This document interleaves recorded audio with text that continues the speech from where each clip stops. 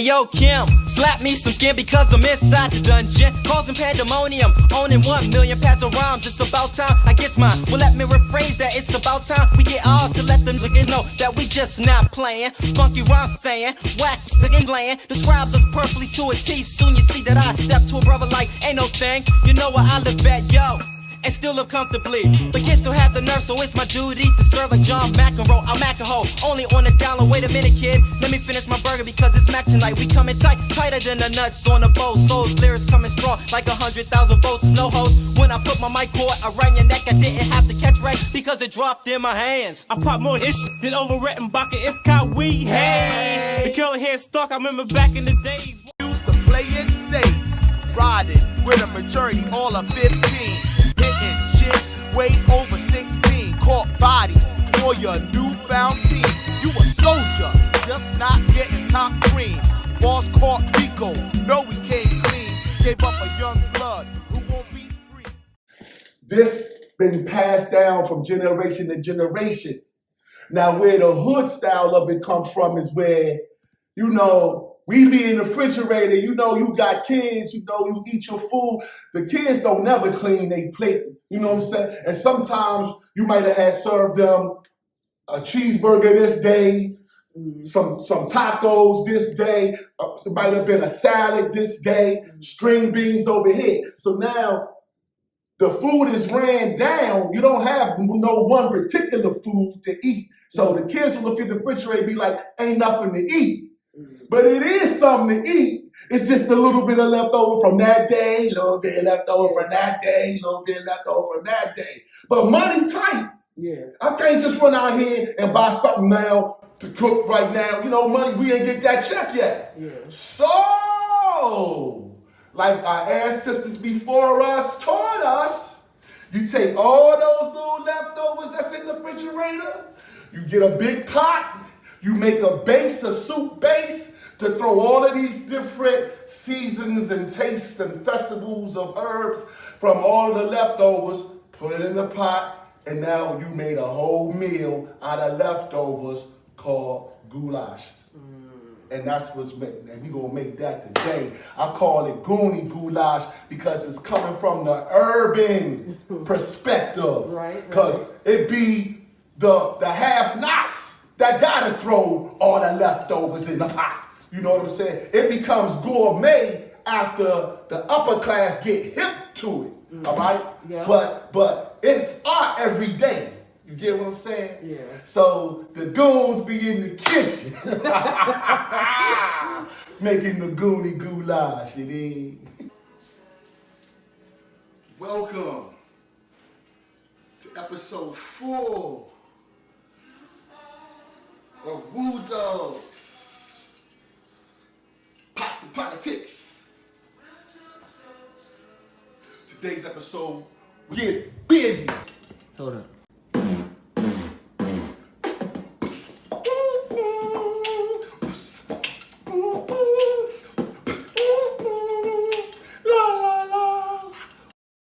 Come on.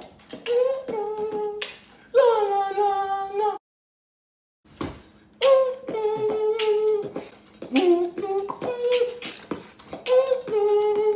La la la. Tomato.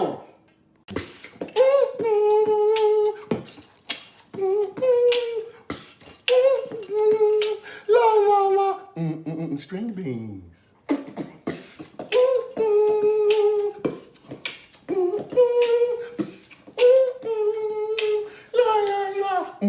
Onion. Cow remix. Ketchup and barbecue sauce. You know, the persecution of our people has been ongoing and persistent ever since the colonizers came to this country. You know, it never stopped. They always want to do tests on the DNA, tests on the genetics. You remember the story of back in the days when the hospitals went into the ghettos and was infecting the young brothers with diseases and doing tests on them without them even knowing. And now you wonder why this, fast forward to the future to where we are now, why people are so uneased on trusting Dr. Fauci or who in the medical field on taking vaccines. And now they try to just, it seems to me, eliminate the world, you know, or any people of color worldwide. So it appears. Well, so it appears. You know, people are very wary about taking vaccines, and they have the right to be, because what we've already found out is that the strains of COVID changes. So when the COVID strain changes, is the vaccine now good for that, or do you have to now take another vaccine because you done took one? In politics, you know, I always talk about the food that I'm cooking, the history behind the food that I make. And it's very important because I want you to know where this food comes from so that you can respect the culture and the people that created these dishes. Slavery was a real time for our people, for the indigenous aborigines of this land right here in North America. They came over here, we was here before Christopher Columbus and all of that. And when they came over here and we fought, and they was able to enslave some of us, the struggles that those that were enslaved, prisoners of war, had to go through, is there's no way words could ever define the experience. But they were fed foods that were very much beneath human standards,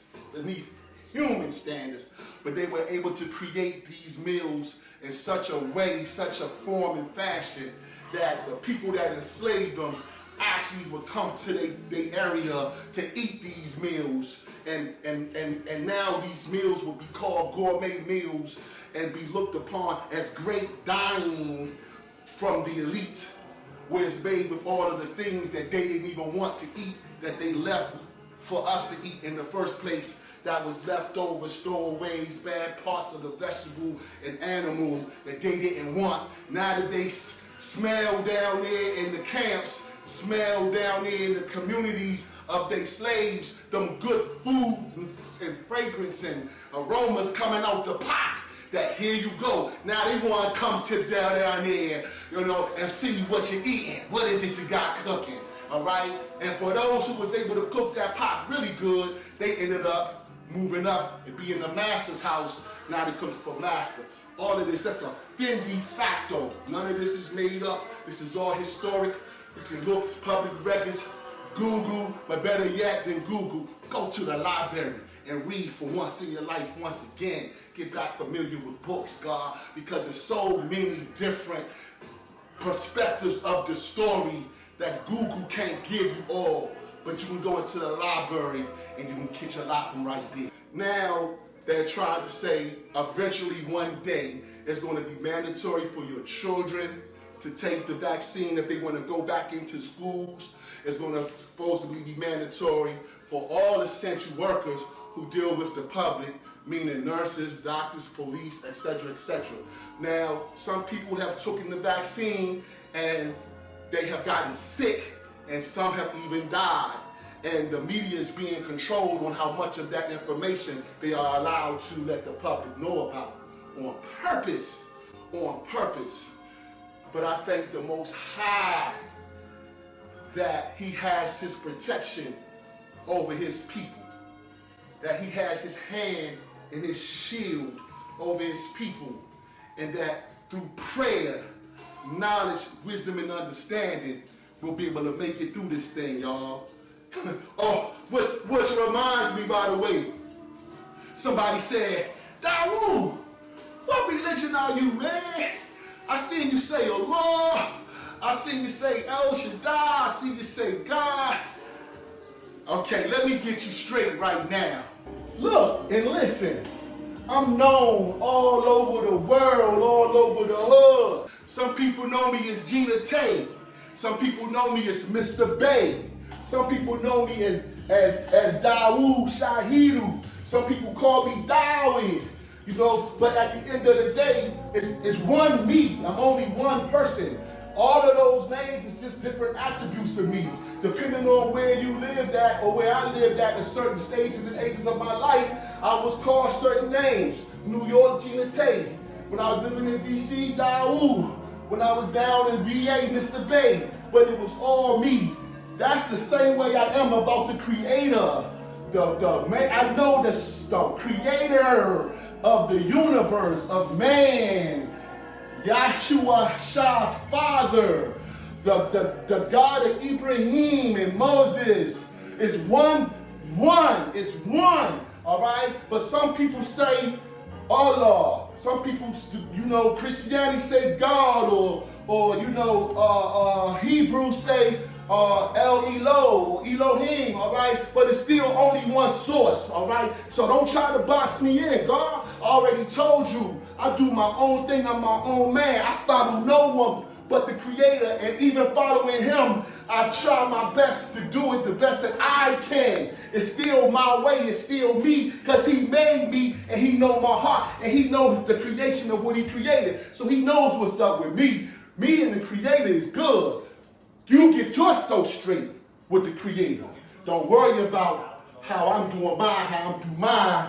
Worry about how you do yours. And if you are able to learn something from me, so be it. All praise is due. And if you can't and you don't, there's no love lost. I still love you. You're my brother. Now keep it moving.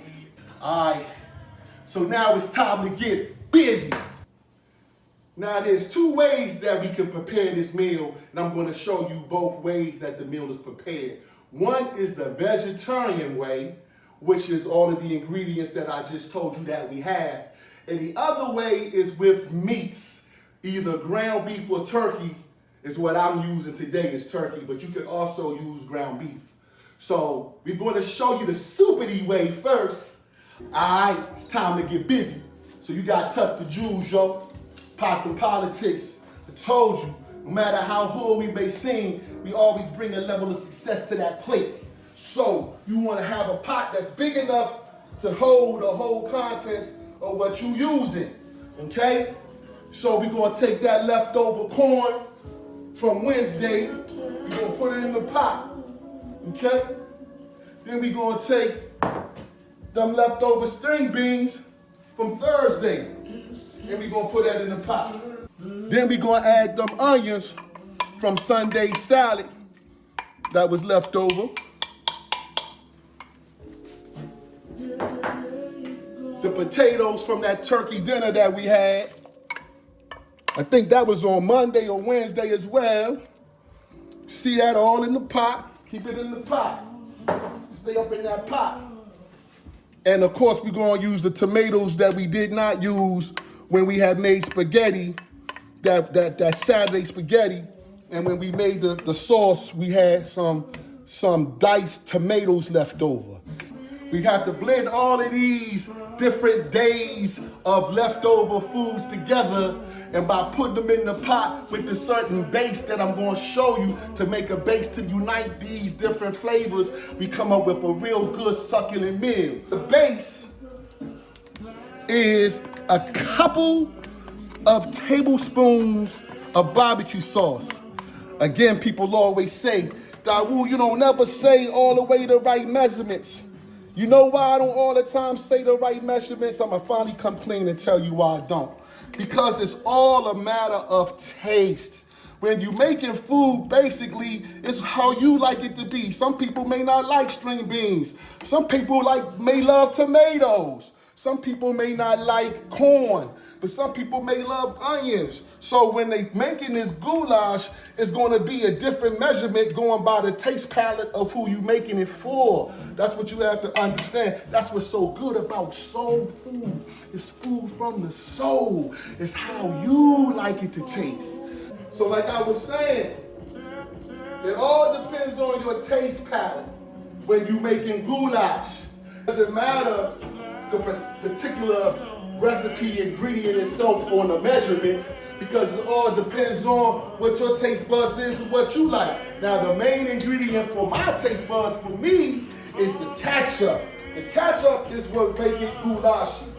The barbecue sauce too, but the ketchup as well. Now remember when I told you I was gonna show you 2 ways to do it. This is the vegetarian soupy way right here of how we get down when we doing it right here. And you make sure that you let this boil. And once it comes to a boil, you have to let it cook or boil for about 15 minutes. So first, you're gonna bring it on boil to a high boil, just so that we can hurry up for the sake of the show and get it boiling. See how it's starting to boil? See, it's boiling right now. You wanna let it boil. Once it gets to a boil and it's been boiling for a good minute, you know what I'm saying? Then you'll be ready to serve. Look at all the different colors. And look at all the different medleys and collages of flavor. My vegetarians, this is right up your alley. Like, you know, and the fun thing about this goulash, when you using leftovers, you know leftovers has already been cooked. So it doesn't really take too long to cook. Like, you don't have to cook it forever. You know what I'm saying? You don't have to cook it forever. I want you to keep looking at that pot, and I want you to see how those flavors just cook and blend in. Just look at that pot, all of the different vegetables, and how I made that base. The boil is what blends it all together. And the longer that you cook it, the more better that it tastes. Now, when you're making this meal, you notice I didn't put no seasonings in like salt, pepper. I didn't put in my parsley and all this. Now, it's 2 things for that. First thing, sometimes you just want to have the taste of the vegetable, the taste of the mix of the vegetables itself. It has its own flavor. So therefore, you don't put no salt or no pepper or anything to change the flavor, because you want to have the flavor that it creates amongst its own natural vegetables. You know, but you know, us people with soul, we always want to put something in there. Hot sauce, a little this, a little that, a little paprika. What you can do, like I told you, it's all on your palate. But right now, I'm doing it the vegetarian way, where it's done with just the natural flavor of the vegetables. Once it comes to a boil and the whole thing boiling, then you turn it on low. You put it on low, and then you let it cook, like I said, for 30 or 40 minutes to let that flavoring get up in there. And when it comes to that boil like that, I want you to see that boil. Then you're going to turn it on low and let it continue to cook. But for the sake of the show, we good. Look at that broth. Look at all the different colors and melodies of the vegetables mixed together with that base. And like I told you, you know, with pots and politics, no matter how hood we may sing, yeah, boy, it's time to eat. Yeah. Because like I said before, no matter how hood it may seem, we always at Pots and Politics bring a level of success and professionalism to the plate.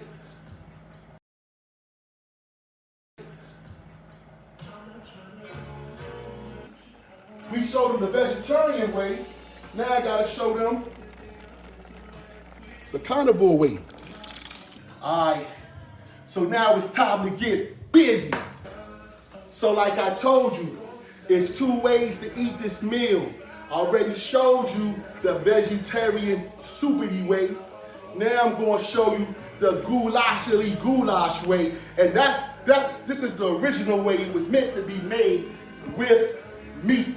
The original way it was made with meat. You see? So what we have here, we got some ground turkey. You can use ground beef. You can use ground chicken. You can use whatever you want to use. That's meat. But the main purpose of it is, as long as the meat is chopped up finely and then fried, or it could be ground meat. And you can use whatever. I use olive oil in this because I like the certain taste of it. But you can use whatever oil that you usually brown, when you use ground beef, it has its own oil, but when you're using turkey or chicken, you might have to put a little bit of your own oil in there or your own grease in it. So yeah, you want to brown the meat. You want to brown the meat.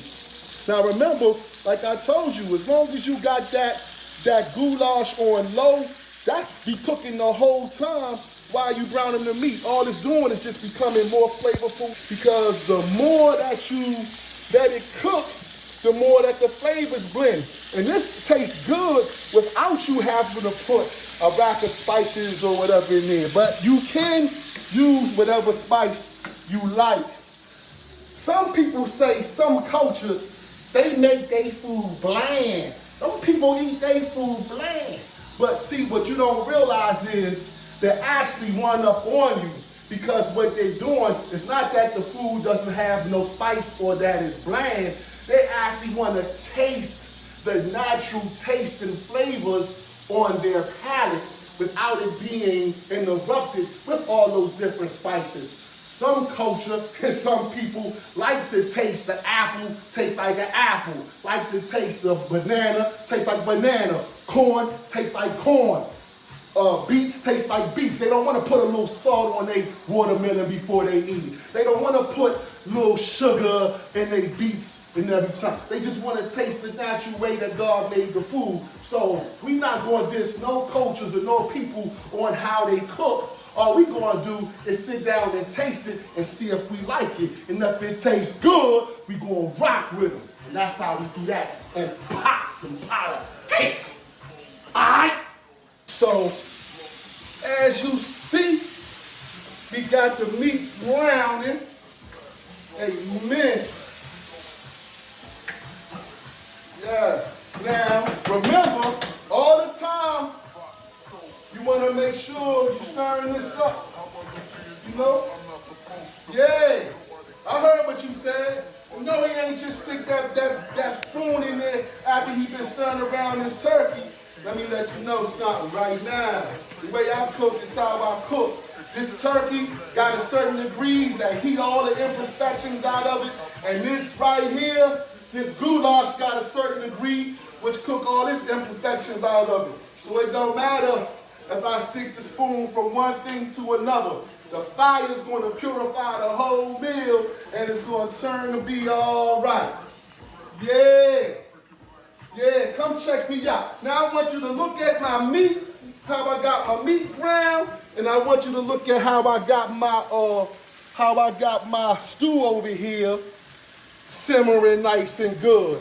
Now the fly thing about this is, once you throw this meat in here, this gotta cook for another couple minutes. So you don't gotta cook this meat all the way till it's dry.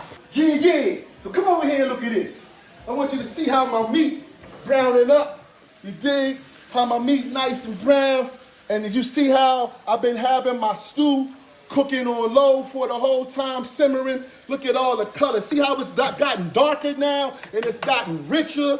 You can see all the melody of different vegetables, and how the base that I made out of the ketchup and barbecue sauce is bringing them together.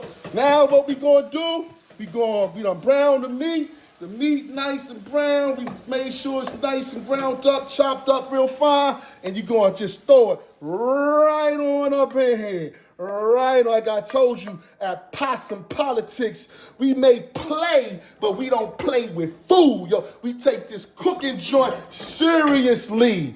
So as you see, we have this medley going on right now in this pot. Excuse, I kept saying medley at first. That's because I got this music going on in the background. You know, my show, I hear that medley going on. So sometimes that tongue get twisted. But check it out. Look at the colors. See, like I told you, you just let this cook up. Now, you let this cook up in this pot. I want you to see this. You're going to turn it up a little bit more.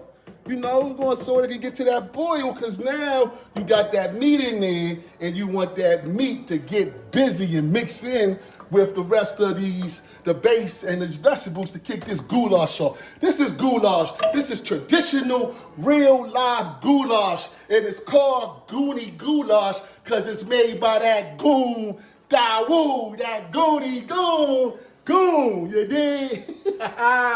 Yeah, back to that pop. Yeah, look at that. Look at that boil right there. Yeah, look at that. Got the nice meat cooking. I like to say just meat, all right? Even though it is turkey, it may be ground beef for some, it may be ground chicken for others, or whatever you like. But just see how you just let it cook up in there, and you let it stay up in there, and it do what it do. Now, you're supposed to put a top on here, you know, but for the sake of the show, just imagine that I did put a top on here, but this is how it looks when you do it the carnivore way. Yeah. Look at that pot. Good food in a pot. 9 days old, made new. Take the old leftovers, bring the old to the new. Yeah.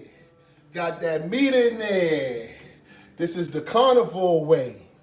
Yes, and we're going to serve it right up into the bowl. Yeah. Like I told you, we know what time it is at Possum Politics. Perfection and excellence on that plate.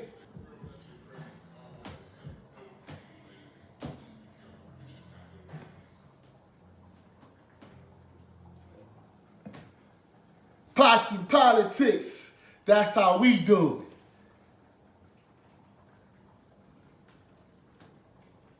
it.